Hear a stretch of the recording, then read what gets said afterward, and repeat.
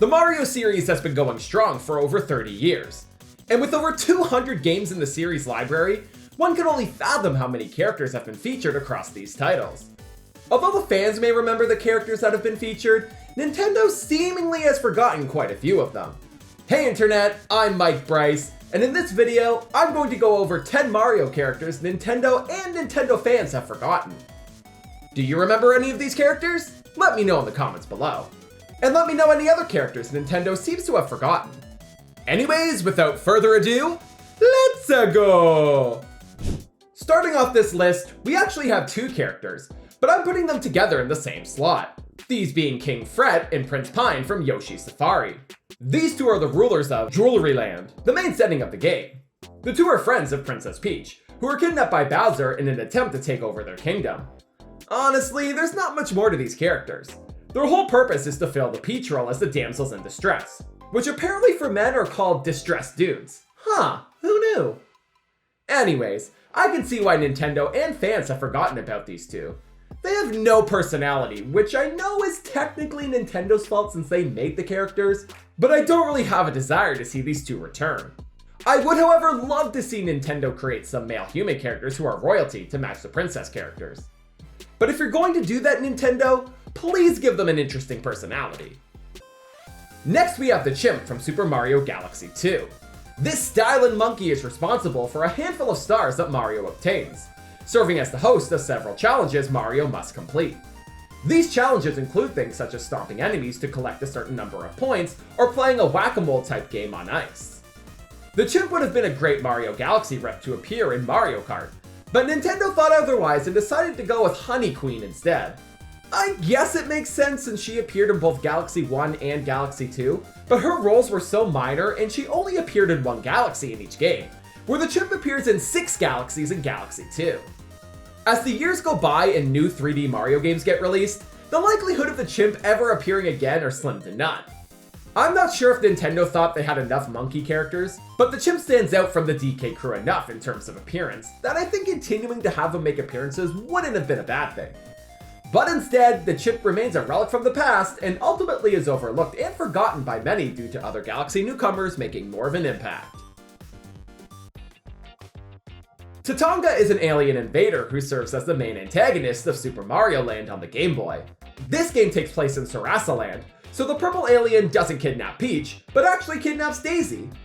I wouldn't say Tatanga is the most interesting villain, but it was a nice change to see a new antagonist other than Bowser.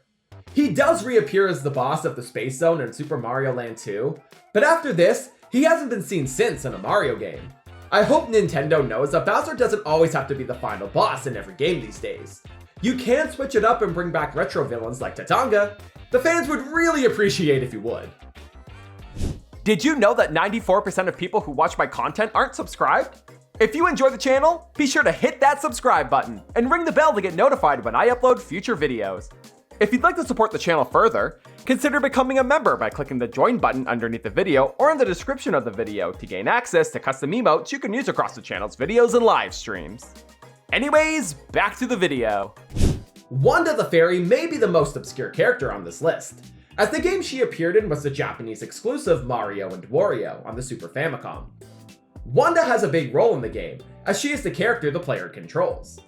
The objective is to use her magic to create safer pathways for Mario, Peach, and Yoshi, who have had buckets dropped on their head by Wario. I guess Nintendo didn't think she was worthy enough of a character to introduce to Western audiences, as she has never appeared in another game besides appearing as a spirit in Smash Ultimate. Wanda may be a bit of a cheap character to add here because due to her game being Japanese exclusive, a lot of fans probably have no idea she even exists, meaning she can't really be forgotten. But for the ones that did play or hear about the game, do you really remember her? Be honest now. The dino-like enemies known as Rex first appeared in Super Mario World as inhabitants of Dinosaur Land. Rexes stood out to players as once jumped on, their bodies compressed and became flatter. Outside of Mario World, Rex has made a few minor appearances as enemies in such games as Mario & Luigi's Superstar Saga and Super Princess Peach. But over the years, Rexes have fallen into obscurity as they haven't been featured outside of remakes and minor cameos since 2005. Rex was my favorite enemy in Mario World alongside Charge and Chuck, so it's a shame Nintendo has forgotten about these dino dragons. With the overabundance of enemies in the Mario universe, there sadly isn't really a spot for Rex anymore. This just means that with each passing year, Rex will slip away from more and more people's memories. The newest character on this list is Mario, of course a pun on Mario's name. She serves as the in-game manual for Super Mario Maker on the Wii U and 3DS. Her role is to assist the player and share information about the game's content. Although she's a cute and friendly character, she's easy to forget about as she really is only useful to new Mario Maker players. She's so forgettable that Nintendo replaced her in Mario Maker 2 with another young woman named Nina. The only way I see Mario reappearing in another game is that of a trophy or spirit in a future Smash game. But the fact that she didn't appear as a spirit in Smash Ultimate kinda makes me doubt we'll see or hear mention of her ever again. Princess Shakora is a character from Wario Land 4, who once ruled over an unspecified country.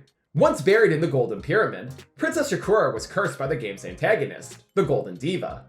She was transformed into Kuroniko, a black cat who aids Wario during his adventure. Her true form as princess isn't revealed until the end of the game, and the number of treasure chests the player collects throughout the game will determine how she will appear.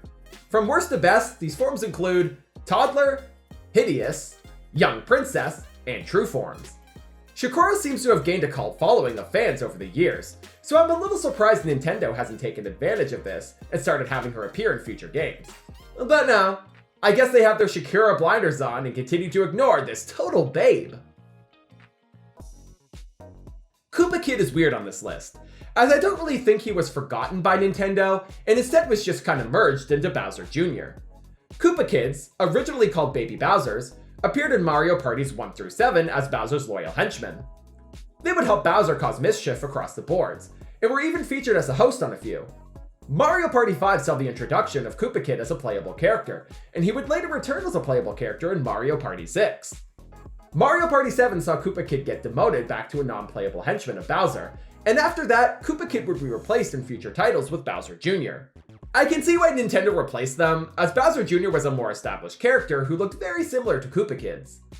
Mario Party Superstars is proof that Koopa Kids will be forever forgotten, as their role in the classic boards and minigames were replaced with Bowser Jr.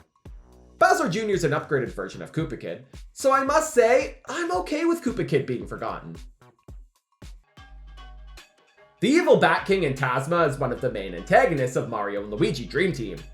Antasma wasn't always evil, but he was responsible for his own descent into madness when he started feeding on the local citizens' nightmares. Weird, right? Anyways, he's one of, if not the most terrifying yet cool looking villains in the entire Mario series. But of course, this is Nintendo, so they will never use this villain again, and sadly his cool design will be wasted as a one-off appearance in a game that many people skipped over, which is a real shame, because after you get past the slow opening of Dream Team, it's a really good game. I'm going to echo what I said with Tatanga. Nintendo, it won't hurt you to utilize other established villains in your future games that isn't Bowser! Ending off this list, we have all the human characters from the Mario Sports series. They were clearly only added in the early sports titles to fill out the roster, but I'm not going to lie, I kinda like them. With Nintendo's addition of the Miis, there's a 0% chance they'll bring back these humans, as you can just create your own now. Of all the humans, I really wish Plum from Mario Golf would have made a few more appearances, as she's a total cutie. But one thing to note is that if these random humans would have kept appearing in other spin-offs, we might not have gotten Daisy to make a resurgence, or we might not have gotten Waluigi to be a character at all, as they were added to Mario Tennis to add more human characters. So while Nintendo may have tossed them to the curb, they will always hold a close place in my heart. Except Charlie. He smells.